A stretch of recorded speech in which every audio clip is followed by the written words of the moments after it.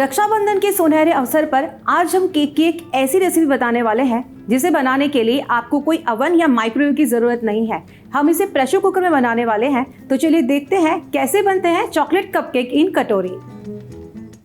Batter बनाने के लिए सबसे पहले हम लेंगे 1 कप दूध, जिसे मैंने रूम टेम्परेचर पे लिया है। अब इसमें हम ऐड करेंगे 1 टीस्पून विनेगर। अब इसमें ऐड करेंगे आधा कप तेल।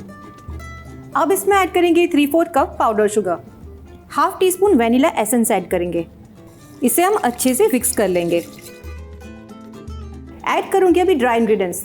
यहाँ पे मैंने 1/4 कप मैदा लिया है। इसे हम अच्छे से छान लेंगे। अब इसके साथ ऐड करेंगे आधा cup cocoa powder, half teaspoon baking powder, 1/4 teaspoon baking soda. इसे भी हम अच्छे से छान लेंगे। सारे ड्राई इंग्रेडिएंट्स को मैंने छान लिया है ताकि केक जो है वो फूला फूला और भी ज़्यादा अच्छा बने। अब इसमें जाएगा चुटकी भर नमक। 6-7 बादाम को मैंने काट लिया है जो इसमें क्रंचीनेस ऐड करेगा। अब इसे हम अच्छे से मिक्स कर लेंगे।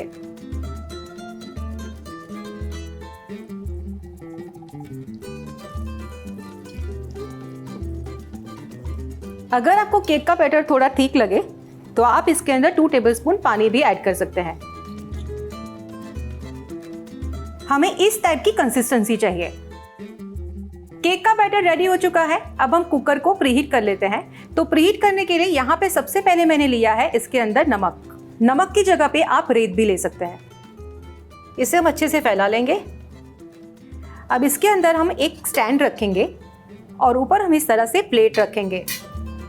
अब ये जो प्रेशर कुकर का ढक्कन है, इसका जो ये गास्केट है, इसे हम निकाल लेंगे और इसकी जो व्हीसल है इसे भी हमें निकालना है। प्रेशर कुकर के ढक्कन को बंद कर देंगे और इसे स्लो टू मीडियम फ्लेम पे 5 मिनट के लिए प्रीहीट होने देंगे। जब तक प्रेशर कुकर प्रीहीट हो रहा है, हम यहाँ पे स्टील की कटोरी को ऑयल से ग्रीस कर लेते हैं। कटोरी को मैंने ऑयल से ग्रीस कर लिया है। अब इसके अंदर हम छोटा सा बटर पेपर रखेंगे जिससे जो केक है वो चिपके नहीं और बहुत ही इजीली बाहर निकल आए। अब हम कटोरी को केक के बैटर से भर देते हैं। ध्यान रहे इसे हमें 3/4 ही भरना है ताकि ये अच्छे से फूल सके। अब कटोरी को अच्छे से टैप कर लेंगे ताकि इसमें बबल्स ना आए। कुकर प्रीहीट हो चुका है। अब हम कटोरियों को कुकर में रख देंगे और इसे आधे घंटे के लिए मीडियम फ्लेम पे कुक होने देंगे। –